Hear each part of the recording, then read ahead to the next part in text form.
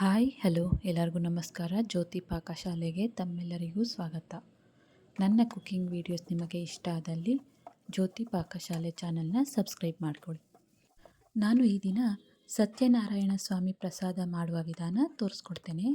ಇದನ್ನು ಸಜ್ಜಿಗೆ, ಸಪಾದ ಭಕ್ಷ್ಯ, ಸೂಜಿ ಹಲ್ವಾ ಅಂತಲೂ ಹಲವು ಹೆಸರುಗಳಿಂದ ಈ ರೆಸಿಪಿನ ಕರೀತಾರೆ. ಸತ್ಯನಾರಾಯಣ ಸ್ವಾಮಿ ವ್ರತಕ್ಕೆ ಇದನ್ನು ತಪ್ಪದೆ ಮಾಡ್ತಾರೆ. ಮರಳಾಗಿ ಈ ಸಜ್ಜಿಗೆ ರೆಸಿಪಿ ಮಾಡೋದು ಹೇಗೆ ಅಂತ ನೋಡೋಣ ಬನ್ನಿ. ನಾನಿಲ್ಲಿ ಮೊದಲಿಗೆ ಗ್ಯಾಸ್ ಮೇಲೆ ಕಡಾಯಿನ ಇಕ್ಕಿ ಗ್ಯಾಸ್ ಹಚ್ಕೊಳ್ತೇನೆ. ಇದಕ್ಕೆ 3/4 ಕಪ್ಪಷ್ಟು ತುಪ್ಪನ ಹಾಕ್ಕೊಳ್ತಾ ಇದ್ದೇನೆ. ನಿಮಗೆ ಬೇಕಾದಲ್ಲಿ 1 ಕಪ್ ಫುಲ್ ಆದರೂ ಉಪಯೋಗಿಸ್ಕೋಬೋದು. ನಾನಿಲ್ಲಿ ನಾನ್ ಸ್ಟಿಕ್ ಬಳಸ್ತಾ ಇರೋದ್ರಿಂದ ಜಾಸ್ತಿ ತುಪ್ಪ ಎನಿಸುತ್ತೆ ಅಂತ 3/4 ಕಪ್ಪಷ್ಟು ತುಪ್ಪನ ಹಾಕ್ಕೊಂಡು ಅದಕ್ಕೆ 8ರಿಂದ 10 ಗೋಡಂಬಿನ ಹಾಕಿ ತುಪ್ಪದಲ್ಲಿ ಸ್ವಲ್ಪ ಫ್ರೈ ಮಾಡ್ಕೊಳ್ತಾ ಇದ್ದೇನೆ. ಯಾವ ಕಪ್ಪಲ್ಲಿ ತುಪ್ಪ ತಗೊಂಡಿದ್ನೋ ಅದೇ ಕಪ್ಪಲ್ಲಿ 1 ಕಪ್ಪಷ್ಟು ನಾನಿಲ್ಲಿ ಚಿರೋಟಿ ರವೆ ತಗೊಂಡಿದ್ದೇನೆ. ಈ ರೆಸಿಪಿನ ಚಿರೋಟಿ ರವೆಯಲ್ಲಿ ಮಾಡಿದ್ರೇ ತುಂಬ ಟೇಸ್ಟಿಯಾಗಿರುತ್ತೆ ಹಾಗೂ ತುಂಬ ಚೆನ್ನಾಗಿ ಮರಳಾಗಿ ಬರುತ್ತೆ. ಕೆಲವರು ಈ ರೆಸಿಪಿನ ಉಪ್ಪಿಟ್ಟು ರವೆ ಅಂದರೆ ಬಿಳಿ ರವೆಯಲ್ಲೂ ಸಮೇತ ಮಾಡ್ತಾರೆ. ಆದರೆ ಚಿರೋಟಿ ರವೆಯಲ್ಲಿ ಮಾಡಿದ್ರೆ ತುಂಬ ಚೆನ್ನಾಗಿ ಬರುತ್ತೆ. ತುಪ್ಪದಲ್ಲಿ ರವೆನ ಚೆನ್ನಾಗಿ ಫ್ರೈ ಮಾಡ್ಕೊಳ್ಬೇಕು.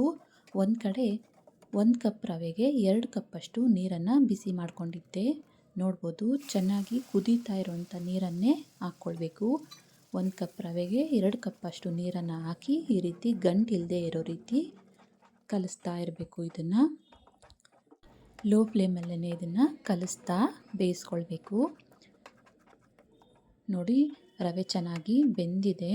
ಈಗ ಇದಕ್ಕೆ ಯಾವ ಕಪ್ಪಲ್ಲಿ ರವೆ ತಗೊಂಡಿದ್ನೋ ಅದೇ ಕಪ್ಪಲ್ಲಿ 1 ಕಪ್ಪಷ್ಟು ಕಾಯಿಸಿ ತಣ್ಣಗಾಗಿರೋಂಥ ಹಾಲನ್ನ ಹಾಕ್ಕೊಳ್ತಾ ಇದ್ದೇನೆ.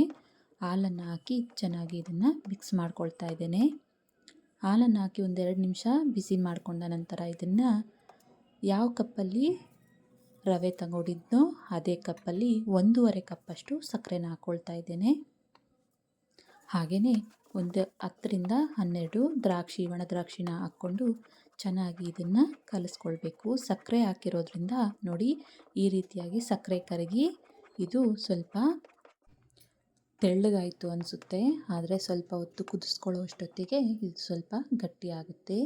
ಈಗ ಇದಕ್ಕೆ ರವೆ ಯಾವ ಅಳತೆ ತಗೊಂಡಿದ್ನೋ ಅದೇ ಅಳತೆಯಲ್ಲಿ 1 ಕಪ್ಪಷ್ಟು ನಾನಿಲ್ಲಿ ಬಾಳೆಹಣ್ಣನ್ನು ಸಣ್ಣದಾಗಿ ಕಟ್ ಮಾಡಿಕೊಂಡು ಸೇರಿಸ್ಕೊಳ್ತಾ ಇದ್ದೇನೆ. ನಾನಿಲ್ಲಿ ಏಲಕ್ಕಿ ಬಾಳೆಹಣ್ಣನ್ನು ಬಳಸ್ತಾ ಇದ್ದೇನೆ. ಏಲಕ್ಕಿ ಬಾಳೆಹಣ್ಣಾದ್ರೇ ಚೆನ್ನಾಗಿರೋದು. ಹಾಗೆಯೇ ಅರ್ಧ ಟೀ ಸ್ಪೂನಷ್ಟು ಏಲಕ್ಕಿ ಪುಡಿನ ಹಾಕಿ ಚೆನ್ನಾಗಿ ಇದನ್ನು ಮಿಕ್ಸ್ ಮಾಡ್ಕೊಳ್ಳೋಣ. ಬಾಳೆಹಣ್ಣು ಏಲಕ್ಕಿ ಪುಡಿ ಹಾಕಿ 1-2 ನಿಮಿಷ ಚೆನ್ನಾಗಿ ಇದನ್ನು ನೋಡಿ ಈ ರೀತಿ ಕಲಿಸ್ತಾನೆ ಬೇಯಿಸ್ಕೊಳ್ಬೇಕು. ಇದನ್ನು ನೋಡ್ಬೋದು, ಚೆನ್ನಾಗಿ ಬೆಂದು ಈ ರೀತಿಯಾಗಿ ಕಡಾಯಿ ಬಿಡ್ತಾ ಬರುತ್ತೆ.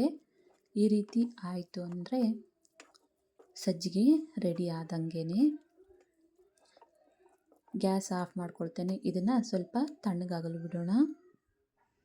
ನೋಡ್ಬೋದು, ಸ್ವಲ್ಪ ತಣ್ಣಗಾದ ನಂತರ ಸ್ವಲ್ಪ ಗಟ್ಟಿಯಾಗಿದೆ. ಈ ಕನ್ಸಿಸ್ಟೆನ್ಸಿ ಇರಬೇಕು ಸಜ್ಜಿಗೆ ಅಥವಾ ಸಪಾದ ಭಕ್ಷ್ಯ. ಇದನ್ನು ಬಟ್ಲಿಗೆ ಸರ್ವ್ ಮಾಡ್ತೇನೆ.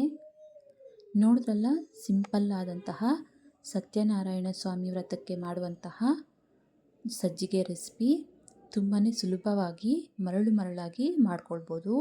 ಈ ರೆಸಿಪಿ ನಿಮಗೆ ಇಷ್ಟ ಆಗಿದೆ ಅಂದ್ಕೊಳ್ತೇನೆ. ಇಷ್ಟ ಆದಲ್ಲಿ ಈ ವಿಡಿಯೋಗೊಂದು ಲೈಕ್ ಮಾಡಿ. ಯಾರೆಲ್ಲ ಸಬ್ಸ್ಕ್ರೈಬ್ ಮಾಡ್ಕೊಳ್ದೆ ವಿಡಿಯೋ ನೋಡ್ತಿದ್ದಲ್ಲಿ ಪ್ಲೀಸ್ ಸಬ್ಸ್ಕ್ರೈಬ್ ಮಾಡ್ಕೊಳ್ಳಿ. ಈ ವಿಡಿಯೋ ಹೇಗನ್ನಿಸ್ತು ಅಂತ ಕಮೆಂಟ್ ಮಾಡಿ. ಹಾಗೆ ಈ ವಿಡಿಯೋ ಇಷ್ಟ ಆದಲ್ಲಿ ನಿಮ್ಮ ಫ್ರೆಂಡ್ಸ್ ಆ್ಯಂಡ್ ಫ್ಯಾಮಿಲಿ ಮೆಂಬರ್ಸ್ಗೆ ಈ ವಿಡಿಯೋನ ಶೇರ್ ಮಾಡಿ. ಧನ್ಯವಾದಗಳು.